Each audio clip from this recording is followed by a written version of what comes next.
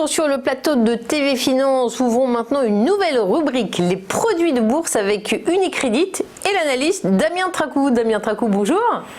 Bonjour Fabienne. Alors Damien, le CAC 40 reste assez difficile à appréhender en ce moment, beaucoup de volatilité. Qu'en dites-vous quant à vous ?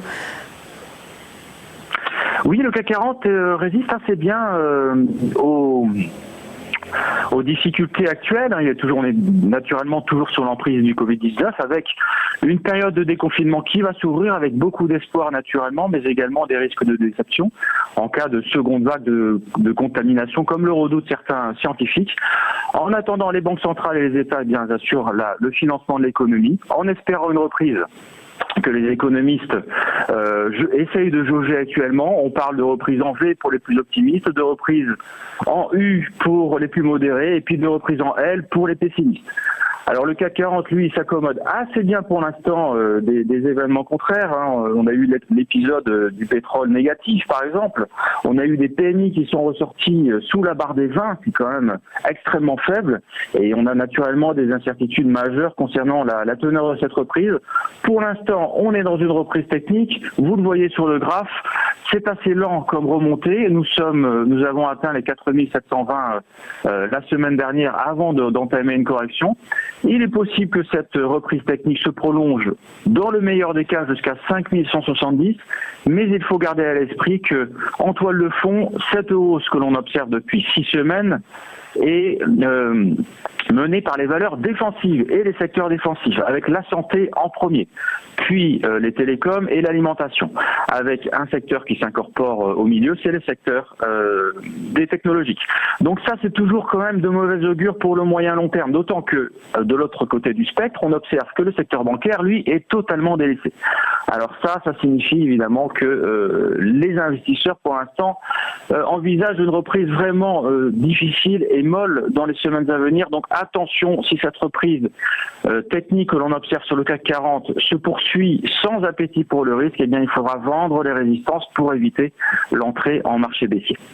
Alors on avait l'impression que les GAFA s'en sortaient plutôt bien dans cette crise du Covid. Justement, si on parle d'Amazon, c'est plutôt une action qui traverse sans dommage la crise sanitaire. On pourrait presque dire que c'est une valeur confinement, non ? Absolument Fabienne, c'est une valeur tout-terrain finalement qui s'accommode très bien du confinement actuel aux États-Unis, qui est son premier marché. C'est une valeur où elle réalise les 2/3 de son chiffre d'affaires. Et puis c'est une valeur aussi qui peut profiter d'une reprise de l'activité assez robuste. Donc finalement, elle est adaptée à toutes les configurations de marché. Alors sur le graphique en données hebdomadaires, je vous ai montré juste 2 indicateurs. La moyenne mobile à 150 semaines, vous le constatez, elle soutient parfaitement la tendance haussière de fond. Et puis en bas du graphique, je vous ai montré l'indicateur de force relative. Alors qu'est-ce que c'est là un indicateur de force relative ? C'est tout simplement la division des cours d'Amazon par le S&P 500. Et lorsque cet indicateur monte, cela signifie que la valeur surperforme son marché de référence, en l'occurrence le S&P 500. Ça veut dire tout simplement que le marché veut du Amazon dans son portefeuille. Et si le marché veut du Amazon dans son portefeuille, eh bien il faut le suivre. Selon le célèbre adage que le marché a toujours raison.